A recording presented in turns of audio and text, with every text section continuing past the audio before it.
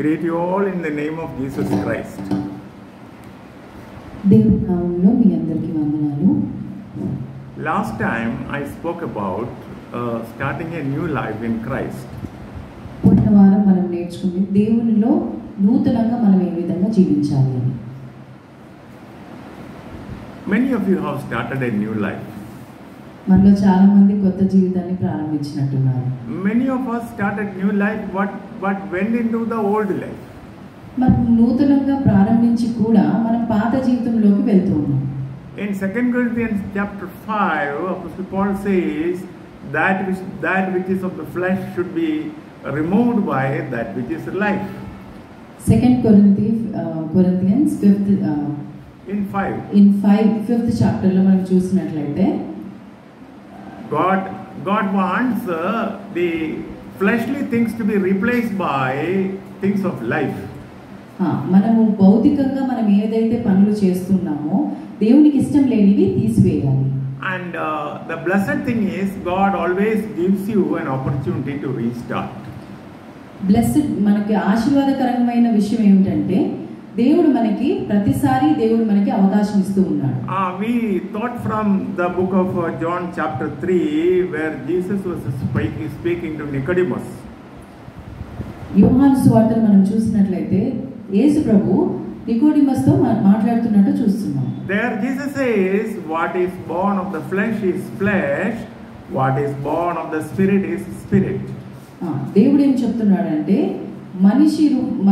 మనము భౌతికంగా ఏ విధంగా ఉన్నామో భౌతికంగానే ఉంటాము, దేవునిలో ఏ విధంగా ఎదుగుతామో దేవునిలో ఎదిగినట్టుగా ఉంటాము. And when you are born in the world, you are born in the flesh.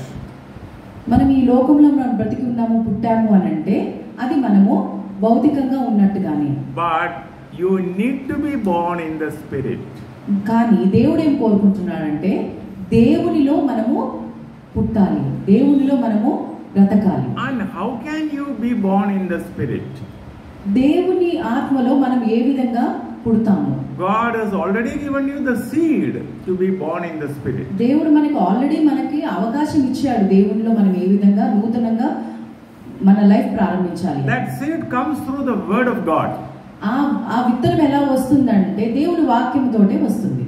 When you hear the word of God and believe on the Lord Jesus Christ, the seed of God is falling in you to start the new life. అది దేవుని వాక్యం ద్వారానే వస్తుంది, అది దేవుని వాక్యం చదివినప్పుడే వస్తుంది. Everybody who heard the word of God, they have the seed of God in their life. దేవుని వాక్యం ఎవరైతే వింటారో ఆ విత్తనము వాళ్ళ హృదయంలో ఉంటుంది. But in some cases it grows, in some cases birds eat it, and in some cases there are different varieties happening to that. కొన్నిసార్లు మనం దేవుని వాక్యంని మనసులో పెట్టుకుంటాము, కొన్నిసార్లు అది ఏం చేస్తుందంటే సాతాను ఎత్తుకుపోతుంది, చాలా విషయాలు జరుగుతూ ఉంటాయి. The question you have to ask yourself now is, God's seed has fallen in me, is that seed growing? మనం ఆలోచించాల్సిన విషయం ఏమిటంటే దేవుని వాక్యం ఏదైతే మన హృదయంలో ఉందో అది గ్రో అవుతుందా, ఎదుగుతుందా లేదా? Is the life, is the seed growing? మనలో ఆ దేవుని వాక్యం అనేది ఎదుగుతుందా లేకపోతే అది మనం తీసి పారవేస్తామా? It is seed. The word is a seed and seed must grow. దేవుని వాక్యం అనేది ఒక విత్తనం లాంటిది, అది విత్తనము ఎదగాలి, విత్తనం యొక్క లక్షణం. Jesus gave another example. A farmer sowed good seed in the field. ఒక ఎగ్జాంపుల్ ఏంటంటే ఒక వ్యవసాయం చేసే అతను మంచి విత్తనము నాటాడు. But there was an enemy. Enemy came and sowed bad seed. కానీ ఒక ఎనిమి అంటే ఒక శత్రువు ఏం చేశాడు, ఆ విత్తనాన్ని తీసివేశాడు. And then bad seed he sowed. Bad seed. Bad seed అంటే చెడ్డ విత్తనము నాటాడు. And along with the good seed, bad seed also came. చెడ్డ విత్తనము వేసినాక మంచి విత్తనము చెడ్డ విత్తనము రెండు కలిసి పెరిగాయి. Why you have problems in life? దీని వల్లనే ప్రాబ్లమ్స్ మనకి వస్తాయి. Why you don't have mental peace? మనకి ప్రశాంతత ఎందుకు లేదు? Why you are mentally troubled? చాలా సార్లు మనము ఎందుకు ఆవేదనకి గురవుతున్నాము? Because the enemy of God, that is the devil, had sown his seed also in you. కాబట్టి దేవుడు మనకి మంచి విత్తనం వేస్తే దుష్టుడు కూడా మనకి చెడ్డ విత్తనము వేశాడు. And that also is growing in you. That is why you have problems. అది కూడా మనలో పెరుగుతుంది, చెడుతనం పెరుగుతుంది, మంచి విత్తనం కూడా పెరుగుతుంది. కాబట్టి మనము రెండిట్లో ఉండలేకపోతున్నాం. And the first step is, do not be open to the devil to put his seed in you.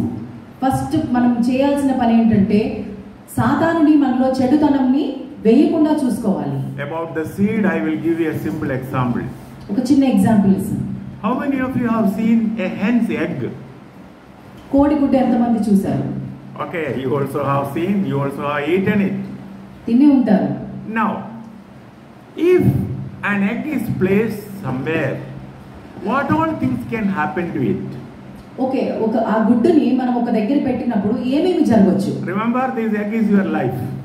ఈ గుడ్డు అనేది మనం మన జీవితం అనుకుందాం. If you cut the egg, can you see the chick?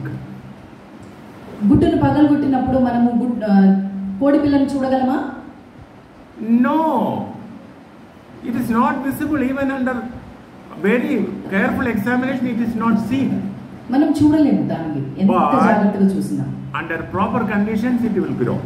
కొన్ని కండిషన్ మనం దాన్ని జాగ్రత్తగా చూసుకున్నప్పుడే ఆ గుడ్డు పగిలినప్పుడు మనకి కోడి పిల్ల బయటకు వస్తుంది. In the same way, you also have God's life in you, God's seed in you.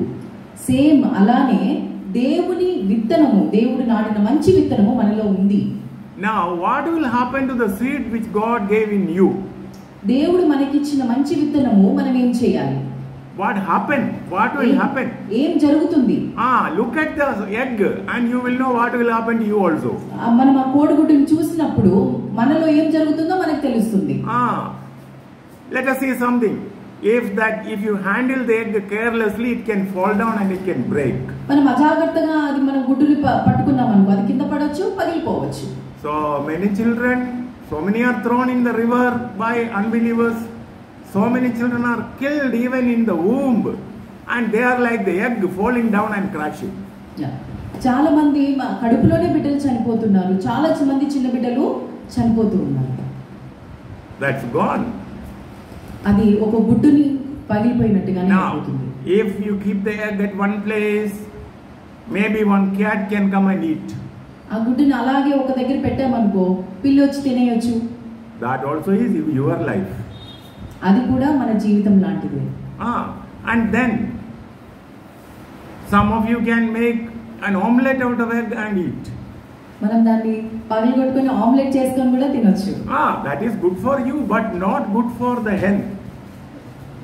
అది మనకి మంచిదే, మనం తింటున్నాం కాబట్టి, కానీ కోడికి మంచిది కాదు. But God has prepared it for the generations to go forward.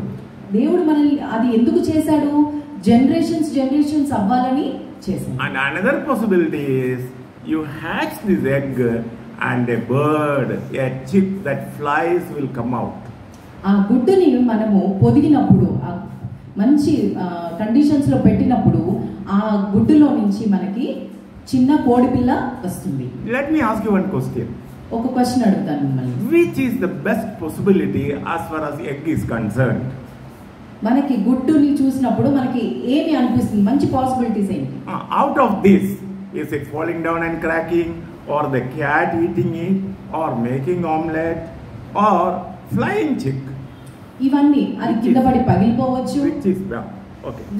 అది ఇప్పుడు జరిగిన వాటన్నిటిలో మనకి ఏది మంచిది? ఆమ్లెట్ వేసుకొని తినడం మంచిదా, కింద పడి పగిలిపోవడం మంచిదా, ఒక పిల్లి వచ్చి దాన్ని తినేయడం మంచిదా? Not for us. Think in terms of the egg and hen. ఈ ఎగ్ ని మనం హ్యాచ్ చేస్తే దాంట్లోంచి కోడి పిల్ల రావడం మంచిదా? వీటన్నిటిలో ఏది మంచిది అనిపిస్తుంది? Somebody answer. మీకేది అనిపిస్తుంది? Yeah, some of you are telling it is better as far as the egg is concerned. It is better for a chick to come out that flies. మనకి ఏమనిపిస్తుంది? దాంట్లోంచి ఆ గుడ్డులో నుంచి ఒక కోడి పిల్ల వస్తే మనకి హ్యాపీగా ఉంటుంది అని అనిపిస్తుంది. Praise God. Praise the Lord. Remember, that is your life. గుర్తు పెట్టుకోండి, అది మన జీవితం, మీ జీవితం. The life of different people have taken all these possibilities. మనం వేరే వేరే మనుషుల్ని చూసినప్పుడు ఇవన్నీ మనకి తెలుస్తూ ఉంటుంది. And then some people have cracked, some people are eaten by somebody, and some people are only food for somebody. But God's purpose is not fulfilled in them. చాలా సార్లు అది కింద పడి పగిలిపోయి ఉండొచ్చు, కొంతమంది తినేసి ఉండొచ్చు కదా, కొంతమంది వేరే వాళ్ళ చేత బాధింపబడి ఉండొచ్చు, కానీ అదంతా దేవుని చిత్తము కాదు. Now there is a saying telling that we cannot unscramble an egg. Meaning is, once you take an egg and stir with spoon, you cannot hatch it again to get a chick. మనం ఒకసారి గుడ్డు పగలు కొట్టి దాన్ని మనం scramble చేసినప్పుడు మళ్ళీ దాన్ని ఒక కోడి పిల్లలాగా మనం చేయగలమా? చేయలేము. You and I cannot do. మనమైతే చేయలేము. God can do it. That is the gospel. దేవుడు మాత్రమే చేయగలడు. మనుషుల వల్ల కానిది దేవుని మాత్రం వల్లనే సాధ్యమవుతుంది. However your life may be broken or shattered or unscrambled, man cannot do it. What man cannot do it, God can do in your life, and He can put your seed in you and make you grow again to perfection. నువ్వు ఎలాంటి పరిస్థితిలో ఉన్నా కానీ, చెదిరిపోయిన పరిస్థితిలో ఉన్నా, బయటకు రాలేని పరిస్థితిలో ఉన్నా కానీ, అది నీ వల్ల సాధ్యం కాదు. కానీ దేవుని దగ్గరికి వచ్చినప్పుడు, దేవుడు నీలో మంచి విత్తనం నాటినందున దేవుడికి నిన్ను మంచి చిక్లాగా చేసే ఆ సాధ్యము దేవునికే ఉంది. How many of you will say amen to this? ఎంతమంది దీనికి ఆమెన్ అని అంటారు? Believe it for yourself. మీ మీద మీకు నమ్మకం ఉండాలి. Whatever lost condition you are, God can still rebuild you. ఎట్లాంటి పరిస్థితిలో ఉన్నా దేవుడు నిన్ను పైకెత్తుతాడు. God can save you from uttermost. దేవుడు నిన్ను ఏ పరిస్థితిలో నుంచి అన్నా దేవుడు నిన్ను రక్షిస్తాడు. Let us close our eyes and pray. కళ్ళు మూసుకొని ప్రార్థన చేసుకుందాం. And I request any one of you to pray as a response to this message. మనలో ఎవరన్నా ప్రేరేపింపబడిన